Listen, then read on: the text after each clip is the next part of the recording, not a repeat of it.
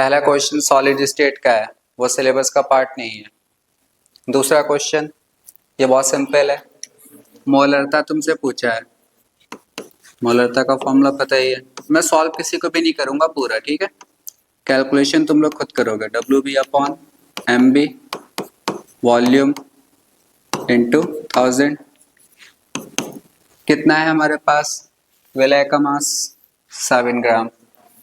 7 NaOH का सबको याद होगा 40 होता है, और आयतन कितना लिया है 400 ml, और इंटू 1000 ml में है तो 1000। तो इस तरीके से सॉल्व करोगे, जो भी आएगा यूनिट जरूर लिखोगे, मोल प्रति लीटर, ठीक है। तो भी आंसर सिंपल है क्वेश्चन।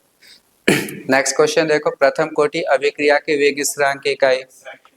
बिल्कुल, जो फर्स्ट ऑर्डर रिएक्शन होता है उसके लिए रेट कांस्टेंट का मान कितना होता है, सेकंड इनवर्स, या जनरली तुम बोलोगे टाइम इनवर्स। क्या बोलोगे, क्योंकि मान लो तुमने ये याद कर रखा है सेकंड इनवर्स, और एग्जाम में आ गया घंटे में या साल में आ गया, मिनट में आ गया, ठीक है। तो तुम्हें याद रखना होगा कि जिसमें भी आ रहा है उसी का इनवर्स हो जाएगा। इवन याद रखो इसकी यूनिट ईयर इनवर्स भी हो सकती है।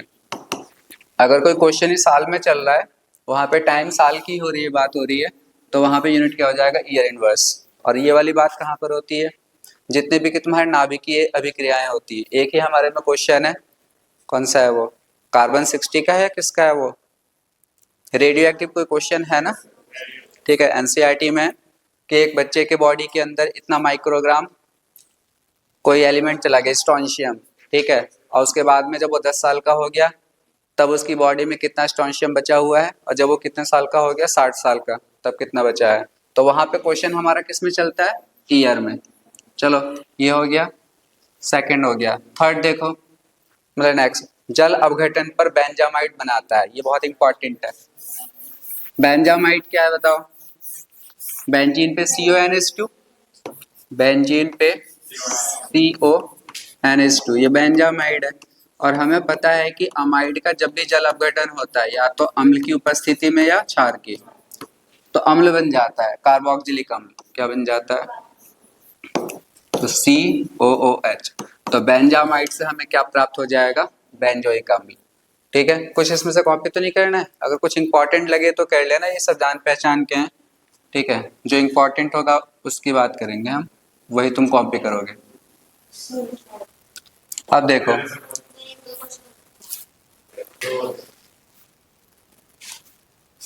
अच्छा ये इंपॉर्टेंट है, RNH2 CaCl3 और KOH, बिल्कुल कार्बाइलमाइन रिएक्शन है, और हमारा आंसर आ जाएगा RNC, एल्काइल आइसोसाइनाइड। और इस रिएक्शन को हम क्या बोलते हैं, कार्बाइलमाइन रिएक्शन। RNA में उपस्थित क्षारक, हाँ, adenine, guanine, cytosine and uracil, ठीक है। उसके बाद फिर से ये जो क्वेश्चन है का, ये तुम्हारा सॉलिड स्टेट का है। हाँ, इसका जो ख वाला पार्ट है ये विलेन चैप्टर का है, किसका है। अब देखो ऐसे क्वेश्चंस के आंसर्स कैसे लिखोगे, वो सबसे इंपॉर्टेंट है। वाष्प दाब में आपेक्षिक अवनमन से आप क्या समझते हैं, तो पूरा तुम डिफाइन करोगे कि किसी विलायक में, शुद्ध विलायक में जब हम क्या डाल देते हैं, अवाष्पशील विलय, तो उस जो विलयन होता है उसका जो वाष्प दाब होता है वो विलायक की तुलना में कम हो जाता है, और इसी को हम क्या बोलते हैं, वाष्प दाब में अवनमन। आपेक्षिक नहीं, लेकिन आपेक्षिक अवनमन किसे कहोगे, डेल्टा P तो हो गया तुम्हारा अवनमन, P0 माइनस PS।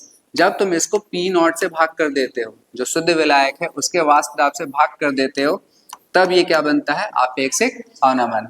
फिर ये कह रहे हैं कि विलय के वाष्प दाब एवं मोल प्रभाज में आपेक्षिक अवनमन के बीच संबंध है। तो ये तुम्हें यही वाली चीज लिखनी है, P0 minus PS upon P0 is equal to, अब क्या बोला इन्होंने, विलय के वाष्प दाब एवं मोल प्रभाज, तो विलय मोल प्रभाज, बस ये x पे, बस ये फॉर्मूला लिखना है तुम्हें, ठीक है। जबकि हम इस फॉर्मूले को और एक्सपेंड कर सकते हैं ना, WB upon MB WA into MA। जब न्यूमेरिकल आता है तो तुम इसी फॉर्मूले का यूज करते हो ना, ठीक है। चलो नेक्स्ट क्वेश्चन क्या है इसमें, मानक हाइड्रोजन इलेक्ट्रॉन विभव को समझाइए, इंपॉर्टेंट है। क्या होता है मानक हाइड्रोजन इलेक्ट्रॉन विभव, जिसकी सहायता से हम बाकी तत्वों का क्या ज्ञात करते हैं, इलेक्ट्रॉन विभव। ठीक है, तो उसको हम क्या कहते हैं, मानक हाइड्रोजन इलेक्ट्रॉन। और इसको फिर तुम पूरा डिटेल में समझाओगे डायग्राम के साथ कि इसमें हमने क्या ले लिया, HCl।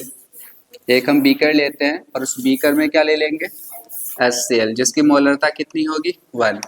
इसमें हमने HCl ले लिया 1 मोलरता का। फिर इसमें हम पूरा एक इस तरीके से ट्यूब होता है कांच का, ये प्लैटिनम का वायर होता है और प्लैटिनम की शीट होती है, काले कलर की होती है। इसमें से हम कौन से गैस पास कराते हैं, हाइड्रोजन। कितने दाब पे, एक बार पे। और फिर इस पूरे प्रोसेस के लिए जो रिएक्शन है वो हम ये लिखते हैं, H+, एक इलेक्ट्रॉन लेगा और क्या प्राप्त हो जाएगा, ½ H2। और इस अभिक्रिया के लिए ये तो तुम्हारे कौन सी रिएक्शन हो गई, अपचयन। हाइड्रोजन फिर टूटता भी ऐसे ही है, H+, एक इलेक्ट्रॉन। ठीक है, मतलब इसे यहाँ पे ऐसे मत दिखाओ, ये दिखा दो, इसे भी सीधा दिखाओ। ठीक है, इन दोनों ही अभिक्रियाओं के लिए E0 का मान कितना होता है, 0, चाहे वो अपचयन वाली अभिक्रिया हो और चाहे ऑक्सीकरण की। तो हाइड्रोजन का जो इलेक्ट्रॉन विभव है वो पहले से ही हमें पता होता है, कितना 0, 0.00 वोल्ट ऐसे लिखते हैं। और फिर इसकी सहायता से बाकी जितने भी तत्व हैं उनका हम क्या ज्ञात करते हैं, इलेक्ट्रॉन विभव। तो ये हो गया। ये विद्युत अपोहन ये हमारे सिलेबस का पार्ट नहीं है। स्टीशियोमेट्री दोष ये भी नहीं है। तनु तथा नाइट्रिक अम्ल की तांबे से अभिक्रिया भी नहीं है। अमोनिया के निर्माण की औद्योगिक विधि नहीं है, ये भी नहीं है। निम्नलिखित पर टिप्पणी लिखिए, ये है प्राथमिक अल्कोहल का डिहाइड्रोजनीकरण। तो पता ही है तुम्हें, 1 डिग्री अल्कोहल का जब डिहाइड्रेशन करते हैं क्या डालते हैं, कॉन्सेंट्रेटेड सल्फ्यूरिक अम्ल, और तापमान कितना लेते हैं, 443। जल निकल जाता है और क्या प्राप्त होता है, एल्कीन। तो वो पूरी तुम्हें रिएक्शन समझानी होगी इसमें। और जनरली इन्होंने सिर्फ तुमसे क्या पूछा है, तुमसे रिएक्शन ही तो पूछा है इन्होंने। तो तुम कोई सा भी एक प्राथमिक अल्कोहल ले लोगे, तुम चाहो तो एथेनॉल ले लो। एथेनॉल में क्या डाला हमने, सांद्र सल्फ्यूरिक अम्ल, कितने तापमान पे, 443 केल्विन। क्या प्राप्त होगा, ईथीन।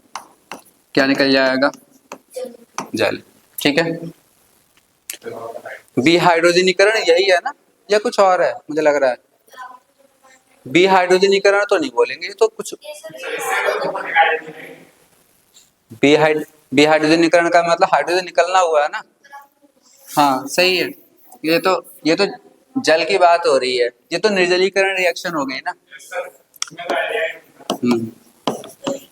देखो ये प्राथमिक अल्कोहल है और इसके लिए कॉपर है हमारे पास 573 केल्विन पे, और क्या है, क्रोमियम ट्राइऑक्साइड और PCC। ये तीनों एक ही काम करते हैं, ये करते हैं डिहाइड्रोजनीकरण, मतलब डिहाइड्रोजिनेशन। इसे हम डिहाइड्रोजिनेशन बोल सकते हैं इंग्लिश में। और हाँ नहीं, H2 के साथ उत्प्रेरक डालोगे तो जुड़ेगा ना। H2 अगर तुम उत्प्रेरक के साथ डालोगे तो एल्डिहाइड में डाल के अल्कोहल बनाओगे। अभी तुम ऑक्सीकरण करा रहे हो, हाइड्रोजन निकालना है ना, इसका मतलब यही है ना, डिहाइड्रोजनीकरण का मतलब हाइड्रोजन का निकलना।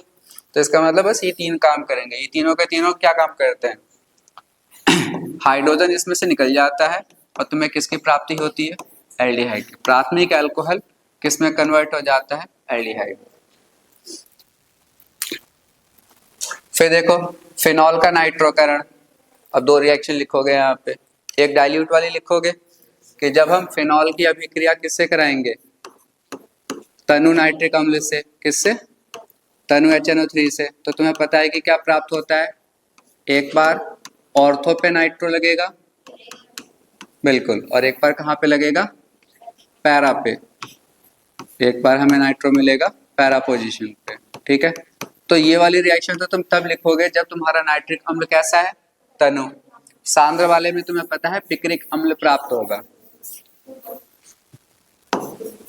ठीक है, फिनॉल किससे रिएक्शन कराना है, सांद्र HNO3 से। तो OH और एक साथ तीनों पोजीशन पे नाइट्रो। IUPAC नेम हो जाएगा 2,4,6 ट्राई नाइट्रोफेनॉल, और कॉमन नेम पिक्रिक अम्ल या पिक्रिक एसिड। ठीक है, एनिजोल के साथ फ्रिडल क्राफ्ट अभिक्रिया। अब एनिजोल क्या होता है ये बताओ। बिल्कुल, बेंजीन पे मिथॉक्सी ग्रुप को एनिजोल कहते हैं। देखो यहाँ पे मैं इसलिए कहता हूँ कि ये जो कॉमन टर्म्स हैं इन्हें बिल्कुल सही से याद रखो। एनिजोल मतलब बेंजीन पे O CH3 ग्रुप, ठीक है। तो इसका इन्होंने क्या पूछा है तुमसे, फ्रिडल क्राफ्ट की दोनों अभिक्रियाएं। अब फ्रिडल क्राफ्ट की तो अभिक्रिया किसी के साथ भी हो एक ही तरीके से तो होती है। OCH3 मिथॉक्सी बेंजीन को एनिजोल कहते हैं। अब अगर मैं इसका फ्रिडल क्राफ्ट एल्काइलेशन कराऊंगा तो RX लूंगा, alkyl halide anhydrous aluminium chloride, और मुझे एक बार ऑर्थो पे मिलेगा, ऑर्थो पे एल्काइल मिलेगा, और एक बार पैरा पे। और तुम्हें पता ही है ज्यादा क्वांटिटी में या मेजर अमाउंट में पैरा वाला होता है। फिर जब तुम, ये तो कौन सी अभिक्रिया है, एल्काइलेशन, फ्रिडल क्राफ्ट एल्काइलेशन। जब हम एसाइलेशन करेंगे तो फिर से फ्रिडल क्राफ्ट एनिजोल लोगे और रिएक्शन किससे कराओगे, एसाइल क्लोराइड से, CH3COCl, किसकी उपस्थिति में, एनहाइड्रस AlCl3। क्या प्राप्त होगा, एनिजोल रहेगा, एक बार COCH3 ऑर्थो पे और एक बार ये पैरा पे। ये कॉपी कर लो तुम लोग, भले ही तुम्हें याद हो लेकिन तुम लोग भूल सकते हो एनिजोल की वजह से। ये तीनों नेम रिएक्शन है ना, कोल्बे अभिक्रिया, रीमर टीमन, विलियमसन संश्लेषण। फिर भी चलो शॉर्ट में लिख लेता हूँ। कोल्बेज एक ही स्टेप में बता रहा हूँ, क्या डालते हैं बताओ, एक ही स्टेप में करना हो तो NaOH, CO2 और HIN, क्योंकि आखिरी में HIN ही तो यहाँ पे वापस लगता है। तो तुम्हें फिनॉल के ऑर्थो पोजीशन पे कार्बोक्सिलिक एसिड मिल जाता है, सैलिसाइलिक एसिड। फिर राइमर टीमन सेम यही रिएक्शन है। फर्स्ट स्टेप में आप क्या डालोगे, NaOH और क्लोरोफॉर्म, ठीक है। और फिर दोबारा से हम क्या डाल देते हैं, NaOH किसके साथ, HIN के साथ। तो क्या प्राप्त हो जाएगा फिर से फिनॉल, बट इसके ऑर्थो पोजीशन पे क्या बनेगा, CHO, that is salicyl aldehyde. Williamson संश्लेषण, विलियमसन सिंथेसिस, इसमें क्या लेते हैं, ये इंपॉर्टेंट है, भूल चुके होगे, अल्कोहल का, हाँ, सोडियम लवण अल्कोहल का और एल्केल हैलाइड, किसकी उपस्थिति में, शुष्क ईथर, ड्राई ईथर हैं। सोडियम लवण ही लिया रहता है, लेने के लिए तुम पोटेशियम भी ले लो, ठीक है, पोटेशियम भी रिएक्टिव है, वो भी K के साथ X के साथ निकल जाएगा, बट बिल्कुल हाँ, और वहां पे एक्सपेरिमेंट बिल्कुल भी नहीं करना, बोर्ड एग्जाम में नंबर लाना है हमें, ठीक है। तो साथ में क्या निकल जाएगा, NaX, और किसकी प्राप्ति हो जाएगी, ईथर की। तो एक जनरल रिएक्शन अगर हम लिखेंगे तो CH3 CH2ONA, और तुम ले लो यहाँ पे CH3Br, तो दिख रहा है Na के साथ क्या निकल जाएगा, और हमें मिथॉक्सी ईथेन प्राप्त हो जाएगा। नाम तो पता है ना, छोटा वाला हो गया मिथॉक्सी और बड़े वाले का हम पूरा नाम लेंगे, तो छोटे वाला एल्काइल ग्रुप ऑक्सीजन के साथ जुड़ जाता है। तो ये हो गया। अब नेक्स्ट देखो, क्लोरोबेंजीन के साथ हेलोजिनकरण, नाइट्रोकरण, सल्फोनेशन, फ्रिडल क्राफ्ट अभिक्रिया तथा सारे हो जाएंगे, ठीक है। सारे के सारे नेम रिएक्शन है तो कुछ भी ऐसे बताने की जरूरत नहीं है। हेलोएल्केन में, अब ये देखो इंपॉर्टेंट क्वेश्चन आ गया, हेलोएल्केन में एक अणु तथा द्विअणु SN1 SN2 कराया था ना अच्छे से डिटेल में, तो SN1 SN2 ये दोनों रिएक्शन तुमसे पूछी हैं डिटेल में, और ये 5 नंबर का क्वेश्चन है। इवन यही क्वेश्चन जो मेरा एग्जाम हुआ था GIC का, जिसकी वजह से मैं यहाँ पर आया हूँ, ये 15 नंबर में आया था, ये सिर्फ ये SN1 और SN2, बट वहाँ पे बहुत कुछ और भी समझानी थी चीजें हमें, तो इंपॉर्टेंट क्वेश्चन है। यहाँ पे भी इन्होंने कितने नंबर का दिया है, 5 नंबर का, SN1 2.5 नंबर का और SN2 भी 2.5 नंबर का। देखो SN1 SN2 में कैसे करोगे थोड़ा सा मैं बता देता हूँ। सबसे पहले तुम ये बात लिखोगे कि SN1 अभिक्रिया कौन देता है, 3 degree alkyl halide. Second point में लिखोगे क्योंकि इनका जो कार्बोधन आयन होता है वो स्थायी होता है। और थर्ड पॉइंट पे तुम्हें ये भी लिखना होगा कि यहाँ पे 2 उत्पाद प्राप्त होते हैं जो कि एक दूसरे के क्या होते हैं, एनेंशियोमर, क्योंकि एक में न्यूक्लियोफाइल ऊपर से आके जुड़ता है और एक में, तो फिर उसके बाद तुम रिएक्शन करके दिखाओगे। तुमने लिखा R dash R double dash, carbon के साथ कौन लगा, हेलोजन, रिएक्शन दिखाओगे न्यूक्लियोफाइल से करा रहे हैं, तो यहाँ पे तो हम एक ही उत्पाद बना के दिखा देते हैं, R डैश और R डबल डैश, और C के साथ कौन लग गया, न्यूक्लियोफाइल, X निकल गया, हो गया प्रतिस्थापन। मेन क्या है, फिर तुम इसकी क्रियाविधि समझाओगे। लिखा है इन्होंने कहीं पर भी? नहीं। हाँ लिखा तो है, वही तो मैं सोचूं कि और पूछ क्या सकते हैं ये। तो फिर यहाँ पे मैंने बताया था 2 स्टेप में होगा, प्रथम चरण और द्वितीय चरण। स्टेप 1 में क्या होता है, जो भी तुम्हारा ये एल्किल हैलाइड है 3 डिग्री का, इसका क्या बाहर निकलता है, हैलोजन। और ये स्टेप कैसा होता है, स्लो, बहुत धीरे होता है।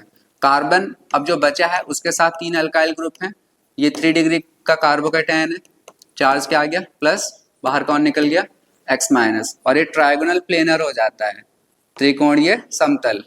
ठीक है, तो इसका क्योंकि फ्लैट स्ट्रक्चर होता है बिल्कुल इस तरीके से, तो जो न्यूक्लियोफाइल अब आएगा नेक्स्ट स्टेप में जोड़ने के लिए इस कार्बोकैटायन पे, वो कहाँ से आएगा, या तो ऊपर से या नीचे से। तो स्टेप 2 में हम क्या दिखाते हैं, R dash R double dash plus charge, क्या रिएक्शन दिखाओगे न्यूक्लियोफाइल का, एक बार यहाँ से दिखा दिया और एक बार यहाँ से लिख देते हैं, अब बिलो, ऊपर से और नीचे से। अब ये देखो जुड़ेगा कैसे, ये तुम्हें दिखाना है कैसे, तुम इसे तो ऐसे ही रहने दो, R डैश R और R डबल डैश, इसके साथ एक बार तुम इसे इस तरीके से दिखाओ, गाढ़े से क्या कहते हैं, थोड़ा सा बोल्ड करके, न्यूक्लियोफाइल जुड़ गया। और दूसरे वाले में हम दिखाते हैं, हाँ सेम यही, बस डैश डैश लाइन से न्यूक्लियोफाइल। तो ये दोनों जो बनते हैं ना, ये 50 और ये भी 50%, और इस पूरे मिक्सचर को हम क्या कहते हैं, रैस्मिक मिक्सचर। क्या कहते हैं हिंदी में, क्या नाम है रैस्मिक का, रैस्मिक, ठीक है। तो एक ऐसा मिश्रण जिसमें कि 2 इनैंशियोमर्स 50-50% में उपस्थित हों, उनको हम क्या बोलते हैं। और इनैंशियोमर क्यों बोलते हैं, क्योंकि दोनों की जो संरचना है वो सेम है, दोनों एक दूसरे के मिरर इमेज हैं, दर्पण, ठीक है, हाँ दर्पण प्रतिबिंब। इसको देखोगे मिरर में, दर्पण में, तो ये दिखाई देगा, लेकिन एक में ग्रुप ऊपर से लगा और एक में।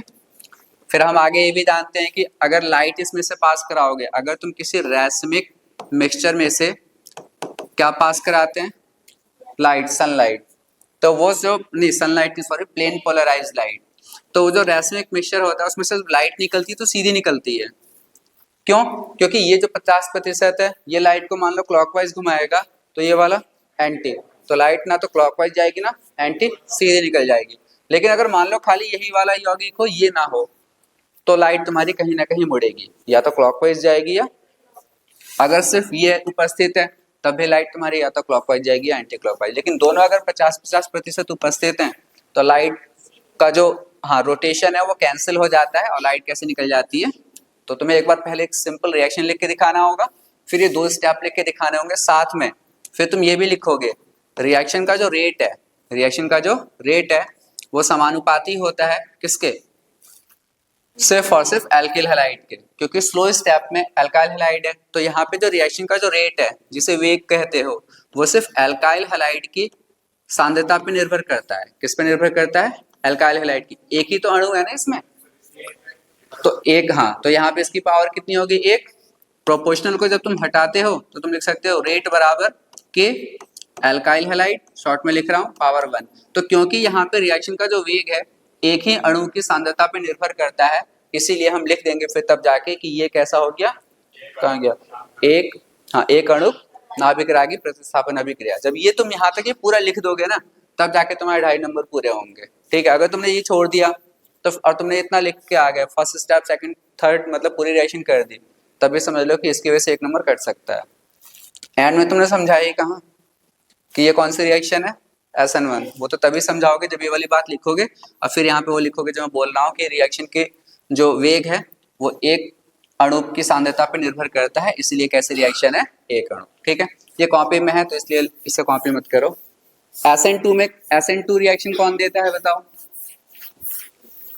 1 डिग्री अल्काइल हैलाइड, क्योंकि वहां पे कार्बोधनायन नहीं बनता है, या ये कह सकते हो कि जो अल्काइल हैलाइड कार्बोधनायन नहीं बना पाएंगे वही कौन सी रिएक्शन देंगे, क्या रिएक्शन। इसमें हम क्या लेंगे, जैसे मान लो तुमने CH3 वाला एग्जांपल ले लो, CH3X, किससे रिएक्शन करा दो, न्यूक्लियोफाइल से, क्या बनेगा CH3NU।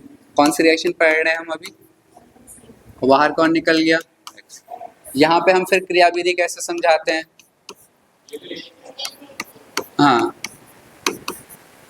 इस तरीके से दिखाते हैं, और यहाँ पे क्या दिखा देते हैं x।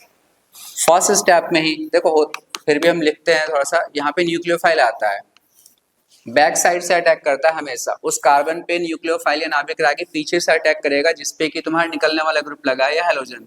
और ये स्टेप कैसा है? स्लो। तो अब तुम देखो यहाँ पे क्या बनेगा, कार्बन के साथ 2 हाइड्रोजन, नीचे हाइड्रोजन, ये हैलोजन निकल रहा है धीरे धीरे और ये न्यूक्लियोफाइल अपने आप को इसके साथ अटैच कर रहा है। ये बीच की स्टेट होती है ट्रांजिशन स्टेट, उसके बाद का फास्ट होता है, ये पूरा निकल जाएगा और कार्बन के साथ 3 हाइड्रोजन अभी भी रहेंगे, लेकिन कौन आके जुड़ गया? न्यूक्लियोफाइल। कौन बाहर निकल गया? एक्स। यहाँ पर जो ग्रुप तुम्हारा लेफ्ट साइड में होता है ना, वो चेंज होके कहाँ पहुंच जाता है? राइट में।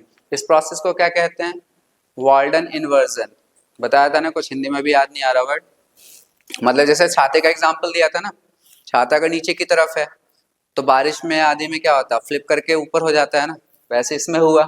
जो हाइड्रोजन, जैसे मान लो ऐसे समझो, ये कार्बन है, इसके साथ ये हैलोजन लगा हुआ है और 3 हाइड्रोजन इधर थे, ठीक है, पीछे से न्यूक्लियोफाइल आके जुड़ा, इसको निकाल दिया, ये तीनों हाइड्रोजन इधर थे वो कहाँ चले जाएंगे? इधर की तरफ कौन रह जाएगा? तुम्हारा नाभिक रह गया। तो ग्रुप की पोजीशन चेंज हो जाती है। तो SN2 रिएक्शन में एक इंपॉर्टेंट फिनोमेना होता है वॉल्डन इन्वर्जन का। किसका? Walden inversion.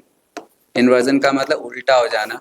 और फिर यहाँ पे क्या लिखोगे तुम कि रिएक्शन का जो रेट है वो समानुपाती होगा। देखो स्लो स्टेप में अब यहाँ पे 2 चीजें हैं, एल्काइल हैलाइड भी है, तो हम यही तो लिखेंगे, rate directly proportional to alkyl halide as well as nucleophile. ठीक है, फिर इसको जब तुम हटाओगे तो तुम्हें पता है रेट बराबर के एल्काइल हैलाइड न्यूक्लियोफाइल। अब यहाँ पे हम लिख सकते हैं ना ये बात क्या, कि रिएक्शन की जो रिएक्शन का जो वेग है वो 2 अणु की सांद्रता पर निर्भर करता है, इसीलिए ये कैसे रिएक्शन हो गई? द्विअणु। ठीक है, इसे कॉपी में घर पे जाके कर लेना और फिर मुझे सेंड भी करना। ठीक है, SN1 SN2 आने के इस पर पूरे चांसेस हैं। और कहाँ गए क्वेश्चन? ये है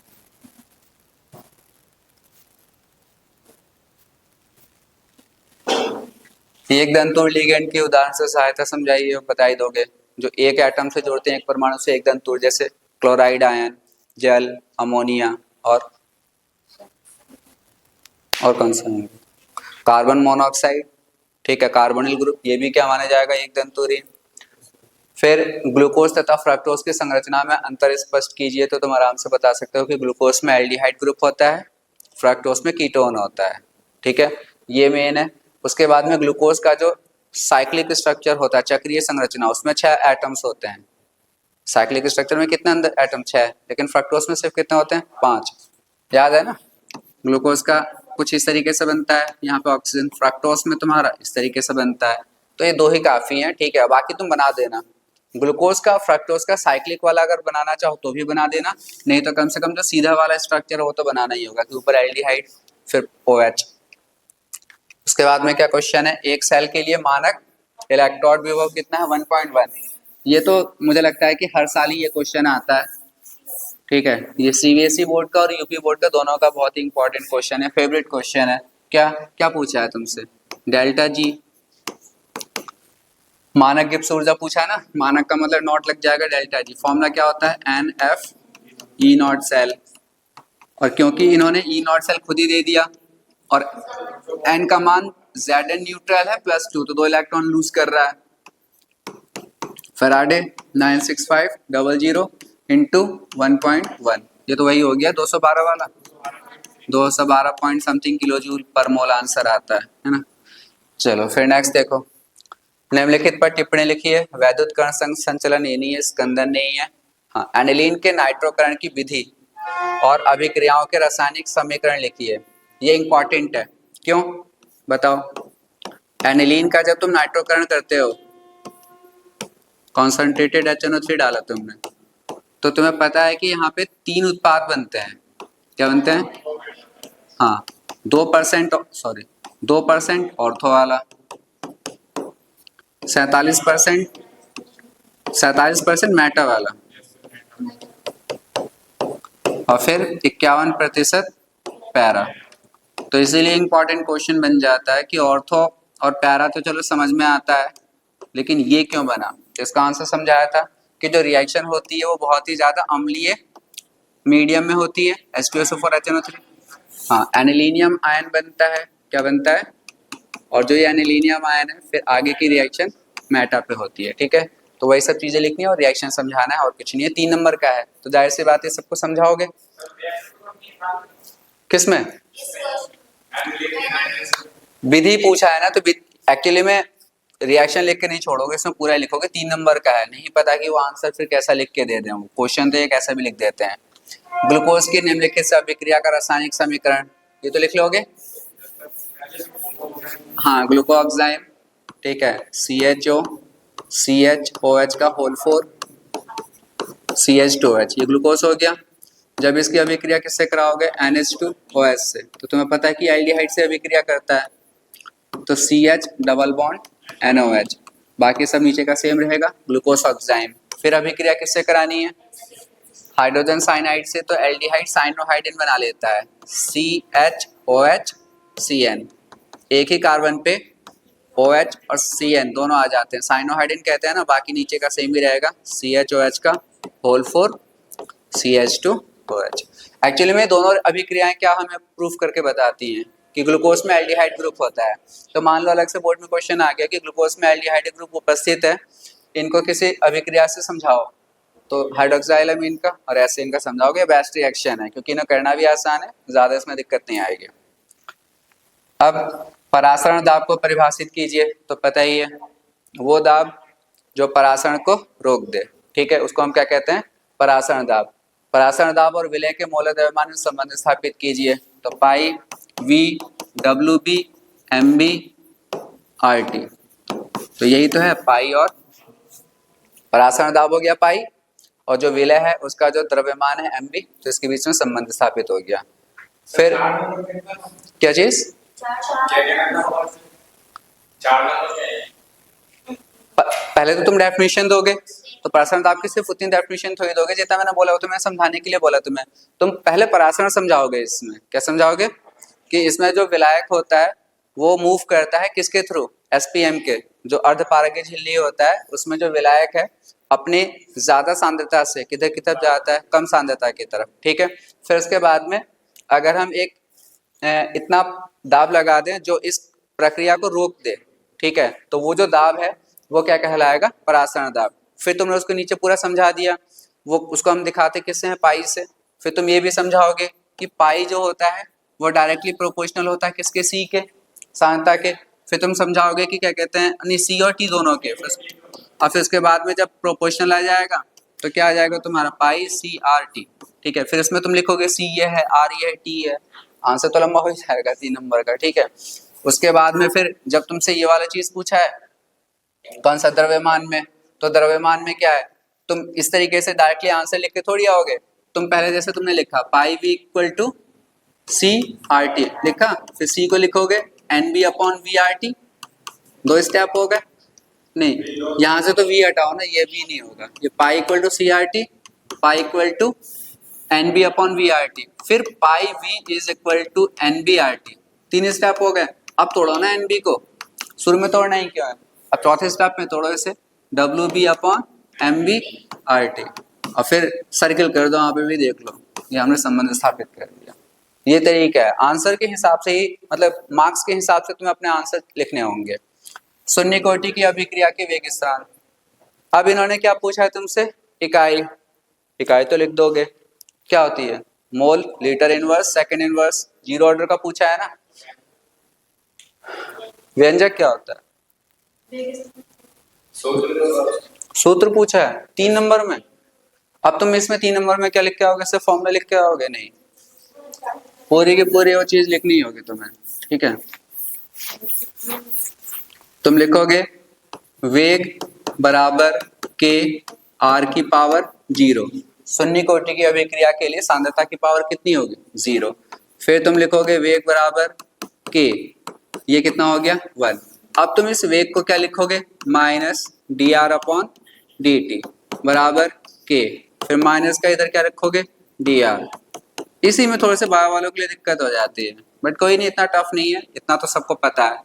इसे इक्वेशन 1 मानोगे, फिर लिखोगे कि जब हम इसका क्या करेंगे, इंटीग्रेशन करेंगे ना, इसका जब हम इंटीग्रेशन करेंगे, और यहाँ पे एक ही स्टेप में कर सकते हो तुम। देखो यहाँ पे जब तुम इसका इंटीग्रेशन करोगे डी आर का, तो आर से लेके कहाँ तक लोगे, आर नॉट तक, और यहाँ पे के डी, तो डी टी के लिए भी कितना लोगे, 0 से टी, तो डायरेक्टली एक ही स्टेप में हमारा आंसर आ जाएगा। ये 4 स्टेप करोगे फिर तुम्हें पता ही है कि ये कैसे लिखा जाएगा, आर नॉट माइनस का बाहर ले लो, आर नॉट माइनस आर, और इधर क्या आ जाएगा तुम्हारा, के टी माइनस 0, तो टी तो रहेगा, फिर अपने आप ही क्या हो जाएगा तुम्हारा, ये माइनस माइनस क्या हो जाएगा तुम्हारा प्लस। ये गलत क्यों हो रहा है, एक मिनट रुको। फॉर्मूला ये होता है ना, R naught minus R upon T is equal to K. कुछ गलत किया है क्या, आर माइनस आर नॉट हो रहा है ना ये, तो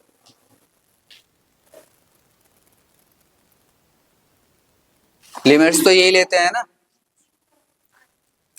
इनिशियल से फाइनल तक लेते हैं ना लिमिट, ये गलत हो गया। ये देखो शुरुआत वाली चीज इसमें कितनी होती है, आर नॉट, बाद वाली कितनी होती है, आर होती है ना, समझ में आ रहा है, ये लिमिट गलत ले ली थी हमने। और यहाँ पे फिर क्या चलेगा तुम्हारा, डी आर, तो उसके बाद में यहाँ पे क्या होगा, आर माइनस आर नॉट, समझ में आ रहा है। फिर जब इसे ओपन करोगे तो आर नॉट तो माइनस माइनस प्लस का हो जाएगा आर, फिर क्या आ जाएगा तुम्हारा के टी, और तब तुम्हारा के कितना हो जाएगा, ये इसे ब्रैकेट में लिखना मैं बार बार भूल जाता हूँ, ये सांद्रता है क्या, ये इसको कभी भी हम ऐसे छोड़ नहीं सकते। अपॉन में क्या आ गया तुम्हारा टी, तो जब तुम ये सब कुछ कर दोगे तब तुम्हें कितने नंबर मिलेंगे, ये है व्यंजक। समझ में आ रहा है तुम्हारे बायो, तुम्हारे पास ही है, हाँ तुम भी हो। कोई ऐसा स्टेप है जो समझ में नहीं आ रहा, ये तो क्लियर है ना। वेग हम कैसे लिखेंगे जीरो ऑर्डर के लिए, के और आर की पावर कितनी लिखोगे, आर की पावर 0 कितना हो जाता है, 1।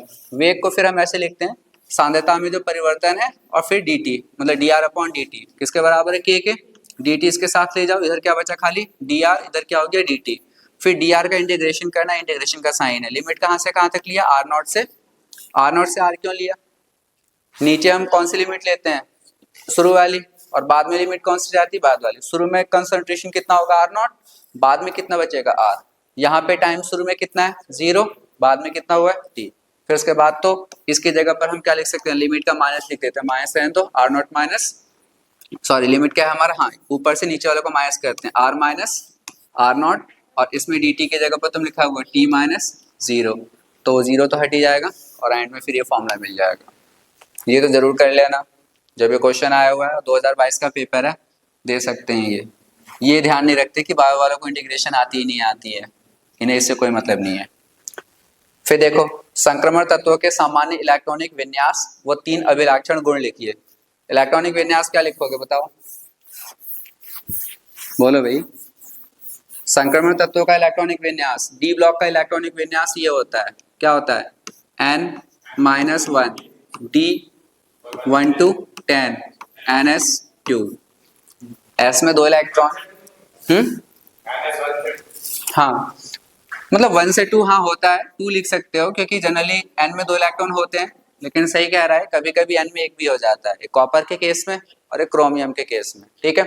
तो n-1 d1 to 10 भरे जाएंगे, और n में सॉरी n s 1 to 2। 3 लक्षण पूछे हैं तुमसे, भाई ये उत्प्रेरक का काम करते हैं, फिर समझाओगे थोड़ा सा, कोई एक रिएक्शन समझाओगे। 3 नंबर का है ना, चलो लिख देना इतना ही खाली, ठीक है। फिर उसके बाद में क्या कहते हैं, ये रंगीन आयन बनाते हैं, और तीसरा ये चुंबकीय होते हैं, अनुचुंबकीय प्रतिचुंबकीय, ये पूरा समझा दोगे। फिर उपसंयोजन यौगिकों के वर्णन सिद्धांत, ये तो बार बार कह ही रहा हूं तुमसे, 4 नंबर का है, 5 पॉइंट लिख के आ ही जाना। ये पेपर इंपॉर्टेंट लग रहा है इस बार बोर्ड एग्जाम के लिए, क्योंकि 2022 का है, और अब तुम्हारा पेपर कौन सा 2025 का है। और कोई क्वेश्चन है क्या इसके ऊपर भी, नहीं, चलो उस साइड में होगा। अब देखो ये वाली रिएक्शन इंपॉर्टेंट है, कौन सी रिएक्शन है, नाम बताओ इसका, जो लिखा है RCHO, R, बिल्कुल, इन्होंने ये डैश छोड़ दिया, फिर आपसे कह रहे हैं 3OH माइनस और RCO minus 2Ag 2H2O 4NH3, पूरा कर दिया। तो यहाँ पे हमें पता है क्या लिया जाता है, 2Ag, क्या लेते हैं यहाँ पे हैं, 2Ag प्लस 3OH इस पूरे को ही तो हम टॉलेंस अभिकर्मक बोलते हैं। और अगर यही तुम्हारा फैलिंग अभिकर्मक होता तो Cu प्लस 2 कितने 2 मोल्स और OH कितने 5 मोल्स। तो देखो इन्होंने फिलअप बना दिया, गैप छोड़ दिया, उस गैप को भरने के नंबर दे रहे हैं तुम्हें। फिर अब यहाँ पे वही चीज जो मैं तुम लोगों से कहता हूँ कि डायरेक्ट कर सकते हो, भाई डायरेक्ट हर बार नहीं पूछेंगे वो तुमसे। टॉलीन की अभिक्रिया इन्होंने किससे कह दी कराओ, CrO2 Cl2 से, और इन्होंने यही पूछ लिया। अब यही बनाने में तो दिक्कत आती है ना बच्चों को, तो मैं कहता हूँ कि तुमसे एक ही स्टेप में कर लो। अब इन्होंने यही पूछ लिया तो क्या करोगे, बनाओगे जो इंटरमीडिएट है।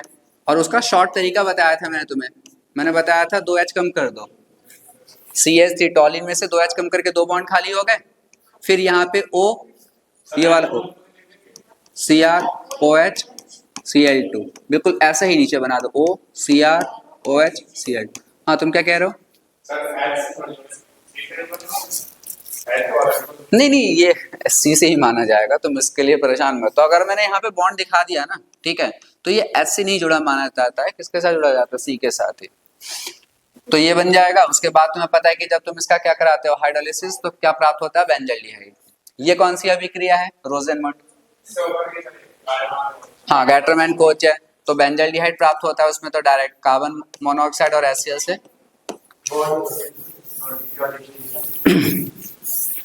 फिर रोजेनमंड पूछ लिया।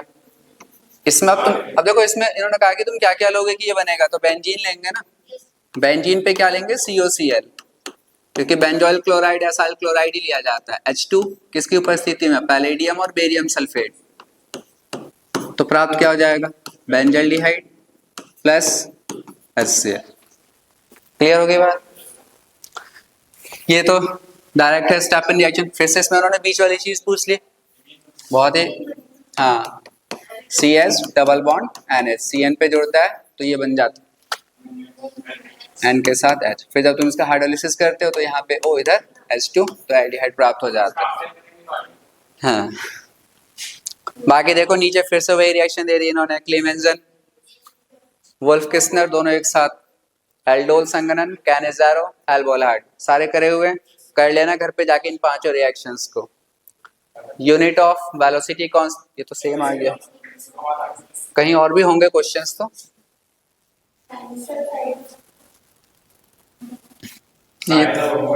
ये तो कर तो लिया ना हमने, सारे हो गए, ठीक है। तो देख लो आधे घंटे के अंदर पेपर सॉल्व हो गया। अब मैं इसका ना तुम लोगों को PDF भेज दूंगा।